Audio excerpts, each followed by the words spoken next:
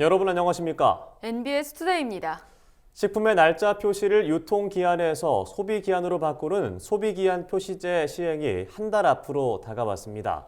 정부는 소비기한을 도입해 식품 폐기물을 줄이고 소비자에게 정확한 정보를 제공할 것이라고 밝혔는데요. 하지만 소비자 혼란과 기업의 부담 가중 등으로 인해 제도 정착까지는 시간이 걸릴 것으로 우려됩니다. 박다영 기자입니다. 내년 1월 1일부터 소비기한 표시제가 시행됩니다. 소비기한 표시제는 식품 등의 날짜 표시에 유통기한 대신 소비기한을 표시하도록 하는 제도입니다. 소비자에게 유통 판매할 수 있는 기한을 나타내는 유통기한과 달리 소비기한은 보관 방법을 준수할 경우 섭취에도 안전에 이상이 없는 기한을 말합니다. 식품의약품안전처와 한국소비자원의 조사 결과 보관 방법을 지킬 경우 유통기한 경과 후에도 달걀은 25일, 우유 45일, 두부 90일, 식용유는 5년이 지나도 먹을 수 있는 것으로 나타났습니다. 정부는 소비기한 표시제가 식품 폐기물을 줄이고 소비자에게 정확한 정보를 제공할 것이라고 설명했습니다. 식약처에 따르면 소비기한 표시제 도입 시 식품 폐기가 감소함에 따라 소비자는 연간 8,860억 원, 기업은 연간 260억 원의 편익을 얻을 것으로 추산됩니다.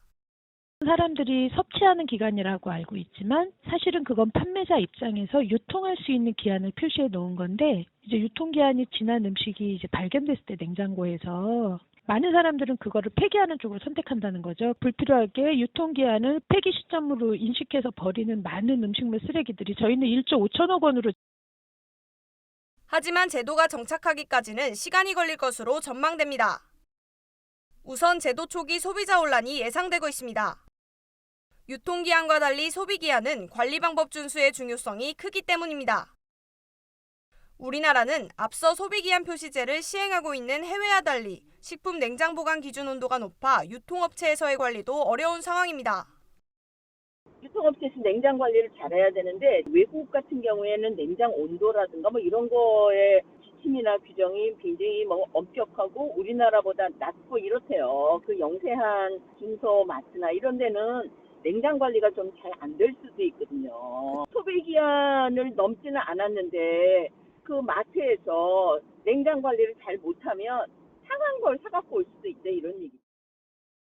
식품업계에서도 소비기한 표시제 적용을 위한 연구에 나서고 있지만 유예기간 내에 시행하기에는 한계가 있는 상황입니다.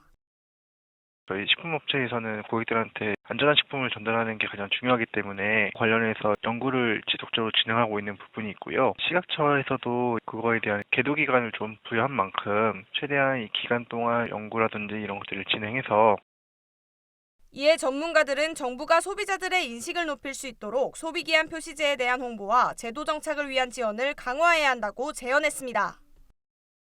유통기한은 어떤 문제가 있어가지고 소비기한으로 바꿨다. 그거를 알려야 되고 문제점이 있을 수 있으니까 조심해라. 이렇게 소비자 캠페인 형식으로 그 홍보를 좀 해야 되는데 지금 그게 너무 안 되고 있다. 문제가 생기지 않도록 필요한 여러 가지 조치를 중앙정부하고 지자체하고 같이 연계를 해서 할 필요가 있다.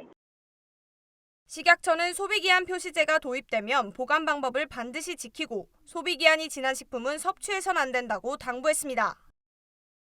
식약처는 이달 중 빵류, 떡류 등 50개 식품 유형에 대한 권장 소비기한 가이드라인을 발표할 계획이라고 밝혔습니다.